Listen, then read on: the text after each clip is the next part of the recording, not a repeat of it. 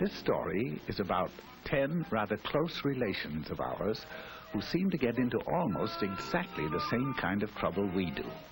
All 10 of these jolly characters lived in the same neighborhood and were all good friends, generally speaking. Each of them had a bicycle, and each took care of his bicycle in exactly the way he took care of himself.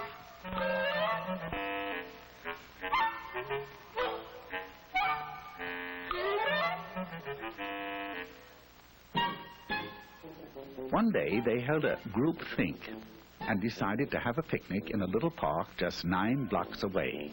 Now that doesn't sound far, but a lot can happen in 9 blocks, right? Well, sound off out there. I said right? Right. So they all ran home and made themselves sandwiches. I know that doesn't sound too likely, but of course human. Then they hurried back, all ready to go. Now, one of the 10 was a rather hungry type. His name was Slim Jim McGupney, and his picnic lunch was what you might call a portable banquet, right? Right. Slim knew that his big sack would be hard to handle, so he asked Orville Slump if he'd carry it for him. Orville had a basket on the rear of his bike. He was a good sort, and he answered, okay. Some of the others noticed this and asked him if he'd carry theirs, too. Orville answered graciously, well, I guess so. And naturally, everybody else did the same until Orville's rear basket looked like a chuck wagon.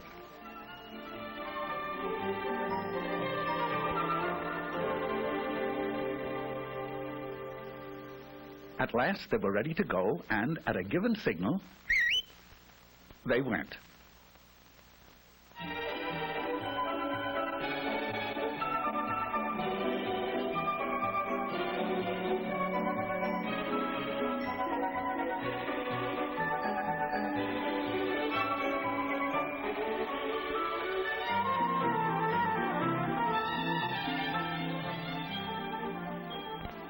Now this is Rooty Toot Jasperson.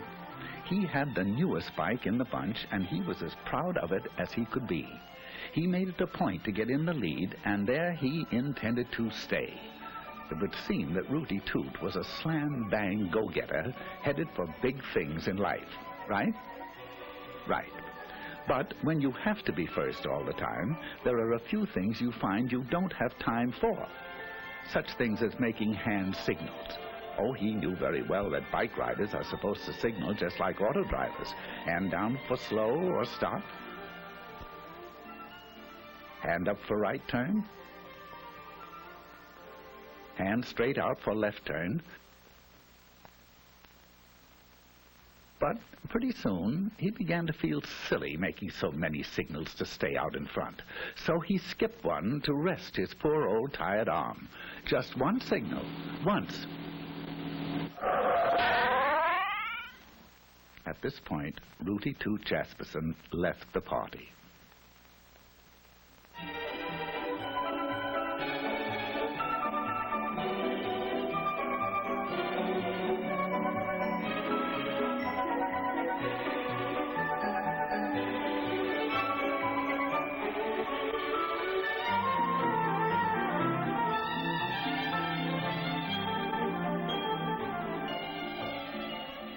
This charming little thing was actually christened Tinkerbell McDillingfiddy. She's a sweet and lovely girl, but she has a rather poor memory. Sometimes she forgets to brush her teeth. Sometimes she leaves homework at home. And sometimes she forgets to look at traffic signals. Now she knows that she should. She knows that she should ride just like auto drivers drive. But she's so busy being happy all the time that her little thoughts tend to wander and... Oh, dear, dear, they're wandering again. Here she goes.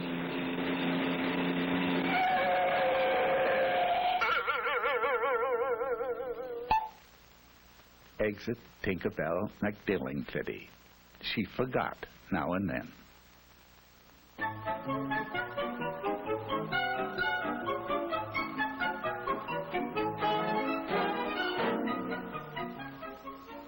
Now, let me introduce Philip Flugel.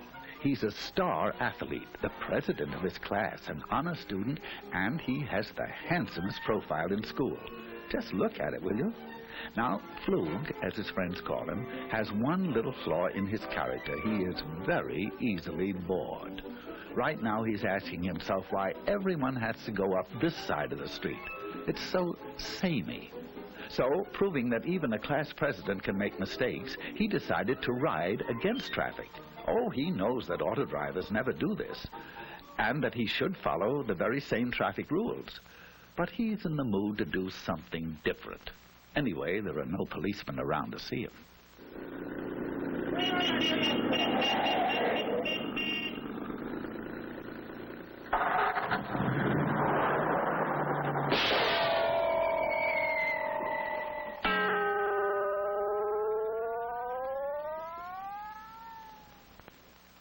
Philip Flugel is no longer bored.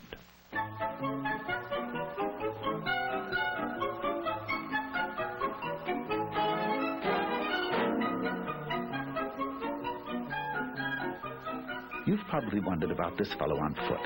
Well, his name is Mosby Pomegranate. He is splendid in dramatics, but he works so hard memorizing his lines that he doesn't get around to a lot of other things. He never made it down to register his bike and get a license for it. He knows very well that a license makes it easy to find out who he is if he's in an accident, and makes the bike easy to trace if it's lost or stolen. That's his trouble. Last week, while he was rehearsing the lead in King Kong, someone rode off with his bike. He went to the police, but of course they couldn't help him since it had no license or registration. He stomped out of the police station angrily, and he's been stomping ever since.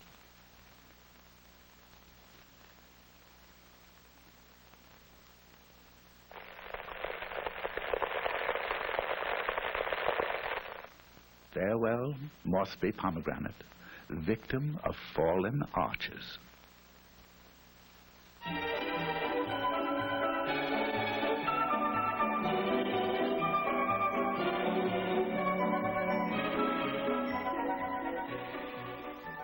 If you look carefully, you'll see Trigby Phipps.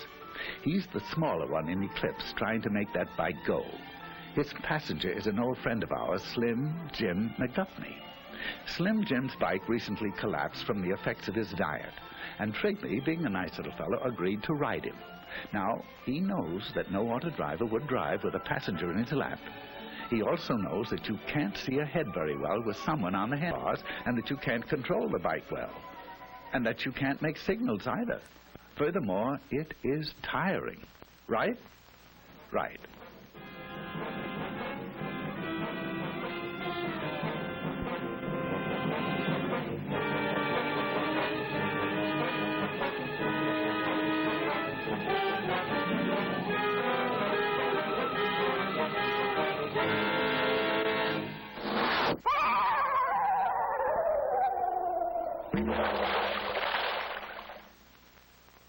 So long, fellas.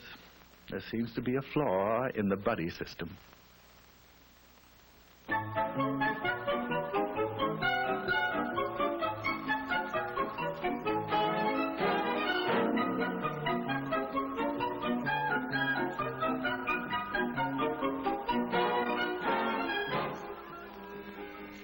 Meet Nellie Swibach. She's as nice as can be on foot. But when she gets on that bike, sweet Nellie becomes terribly impatient with other people's driving. Although there are only a few left now, she's having trouble sharing the street with them. So Nelbert is about to make a decision she'd never make if she weren't angry. There she goes. There she goes. She knows that riding on the sidewalk isn't allowed in her city and many others, and that even where it is, pedestrians always have the right of way. But Nelbert's upset, and she'd like to know just one good reason why she shouldn't take over the sidewalk all to herself.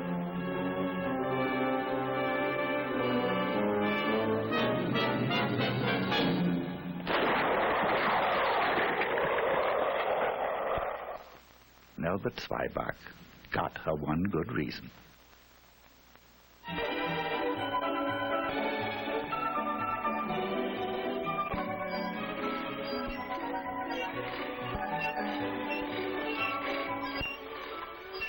Those noise transportation of Filbert Bagel. Filbert hates his old bike. He refuses to take care of it because his folks will probably give him a new one for his birthday. He can't see any reason for taking care of a heap of junk, even if he made it that way himself. He will in a moment, though. You see, he doesn't know it, but he'll find out that there's not a shred of a brake left.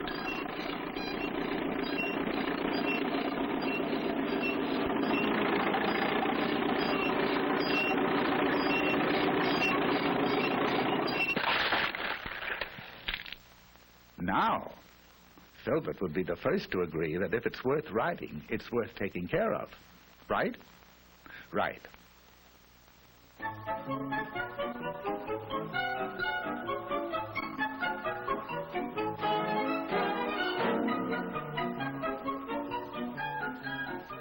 Quickly meet Stanislaw Higginbottom while you can. He's a nice boy, but he won't be with us long.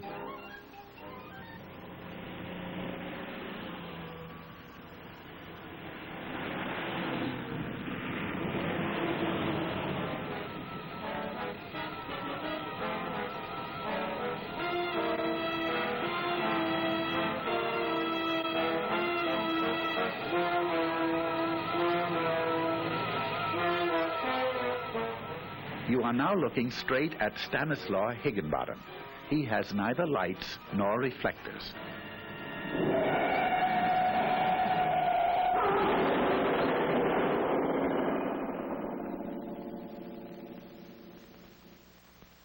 Stanislaw just wasn't quite bright enough.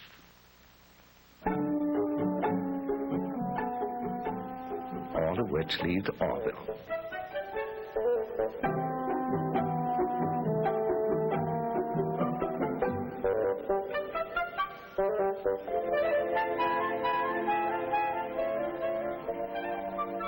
He'll get fat, all right. And here's why he ended up with all these groceries that he doesn't really want. This was Rooty Toot Jasperson. Maybe you remember why he didn't make the picnic. He didn't signal, just once. Do you recall Tinkerbell McDillingfiddy? She forgot to watch the signals, just once. And good old Phil Flugel, he rode up the wrong side of the street, once. Mossby Pomegranate was the walking one. He didn't get around to registering his bike and getting a license. It would have taken him only a few minutes.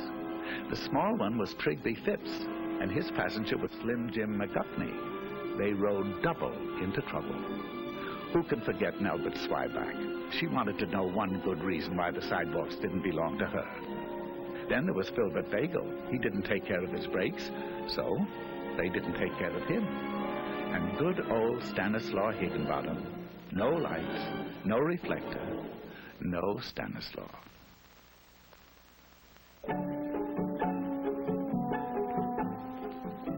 So that's why Orville Slump is picnicking alone today.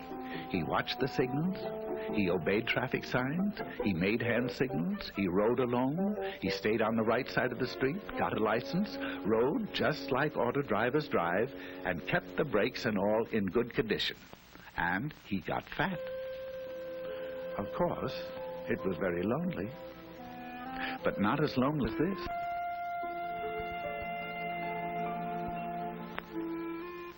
But then, as anyone can plainly see, he wasn't a monkey, right?